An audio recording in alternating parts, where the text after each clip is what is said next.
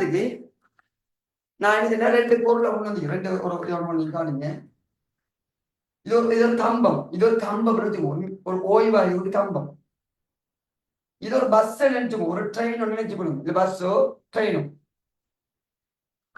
இப்ப இந்த கம்பம் ஒரு மின்செய்ய கம்பம், மனுஷனா இருக்கலாம், ஒரு மின்செய்ய கம்பமா இருக்கலாம், ஏதோ உண்டு மெலிசனா உண்டு.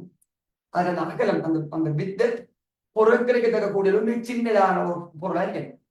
சுரங்கம் பாலம் என்ற அதுக்கு ஒரு நீளம் ஒன்று, அது வேற கேள்வி. இப்ப சென்ற கேள்வி வந்து ஒரு மனுஷன் நிக்கான், இல்லாட்டி சரி ஒரு மின்கமன் நிக்கி, மின்கமன் அதை என்ன செய்ய போகுது, ஒரு ட்ரெயின் வந்து கடந்து போகுது. இந்த ட்ரெயின் நீளம் 100 மீட்டர் வச்சுக்கொள்வோம், 100 மீட்டர்.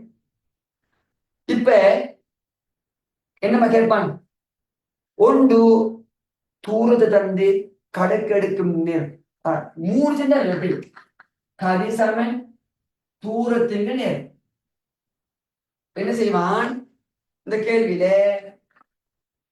ட்ரெயின் நீளத்தையும் ட்ரெயின் பயணம் செய்யக்கூடிய கதியையும் தந்து கடற்க எவ்வளவு நேரம் அப்படி கேட்பான். இல்லாட்டி எப்படி கேட்பான், ட்ரெயின் பயணம் செய்யக்கூடிய கதியையும் கடக்கும் நேரம் தந்து ட்ரெயின் நீளம் என்று கேட்பான். எப்படியோ தூரம் கேட்கிறேன், இதுல என்ன தரணும், நேரத்தை கேட்கிறேன், இதுல என்ன தரணும். எப்படி ஏதோ ஒரு கணித்தை கேட்கிறேன், நம்பிக்கை 2 தரணும். இப்ப நான் சும்மா கடற்கிறதுக்கு என்ன படுத்துறேன், அந்த கிளாஸ்ல வந்து அடுத்த கிளாஸ்ல வந்து 8 டைப் செய்யணும். 8 டைப் ஒரு 2 செஞ்சுட்டோம், லேசா இருந்துச்சு. இப்ப காணும் இந்த இதான் ட்ரெயினா, இது ஒரு மின் கம்பம், இது வருது. இப்ப ஃபர்ஸ்ட்டுக்கு பேசிக்கா விளங்கணும், கடற்கிற விளங்கணும். இப்ப கடக்க ஆரம்பிக்கவே இல்லை, ட்ரெயின் ஓடிக்கிட்டு வருது, கடக்க ஆரம்பிக்கவே இல்லை. இப்படி நேரா வரக்குள்ள கடக்க ஆரம்பிக்குது. இப்ப கடந்துட்டு இருக்கு, இன்னைக்கு வர கடக்க ஆரம்பிக்குது. இப்ப கடந்துட்டு இருக்கு. ட்ரெயின் பின்துண்டு நீங்க தாண்டும் பொழுது கடந்து முடிஞ்சு. நாங்க என்ன சொல்ல வாருன்னா, ஒரு ட்ரெயின் ஒரு மனிதனையோ ஒரு மின்கம்பத்தையோ கடக்கணுமெண்டா அந்த ட்ரெயின் நீளத்துக்கு சமனான ஒரு முன்னோக்கி ஓடணும். இந்த ட்ரெயின் 100 மீட்டர்னா இந்த மின்கம்பத்துல இருந்து 100 மீட்டர் முன்னோக்கி ஓடி வந்தால்தான் அந்த ட்ரெயின் கடந்ததா அர்த்தம். நான் வச்சுக்கோங்க, ஒரு பொருள் ஓய்வா இருக்கி, மெல்லிய பொருளா இருக்கி, அந்த பொருளை ஒரு ட்ரெயினோ ஒரு பஸ்ஸோ கடக்கணும்னா அந்த ட்ரெயின் தூரத்துக்கோ அந்த ட்ரெயின் நீளத்துக்கோ பஸ் நீளத்துக்கோ சமனான ஒரு முன்னோக்கி ஓடணும். இப்ப பாருங்க, ஒரு பாலம் இருக்கு. இந்த பாலம் 150 மீட்டர் நீளம் ஒரு பாலம், இதுல ஒரு சுரங்கம். இப்போ ஒரு பஸ்ஸோ ட்ரெயின் 100 மீட்டர் நீளமான ஒரு பஸ் ஒன்று இதை கடக்க போவீங்க.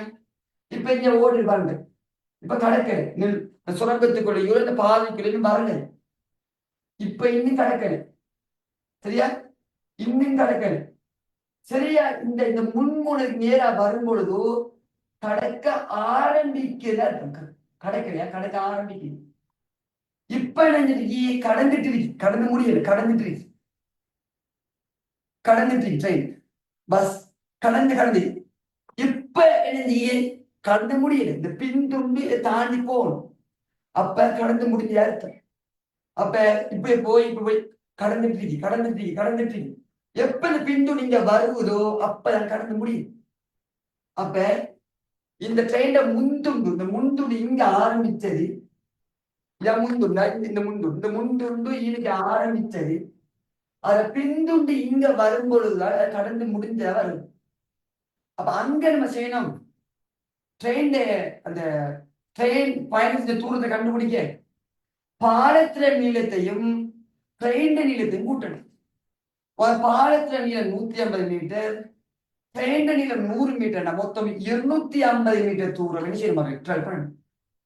அப்ப திருப்பி சொல்ற ஓய்வை வச்சு சொல்ற, ஒரு பொருள் ஓய்வா இருந்தா அது மனுஷனா இருந்தாலோ கம்பமா இருந்தாலோ ஒரு ட்ரெயின் கடக்கிறதுக்கு அந்த ட்ரெயின தூரம் எவ்வளவு நீளமோ அவ்வளவு நீளம் முன்னோக்கி ஓடினா மட்டும் போதும்.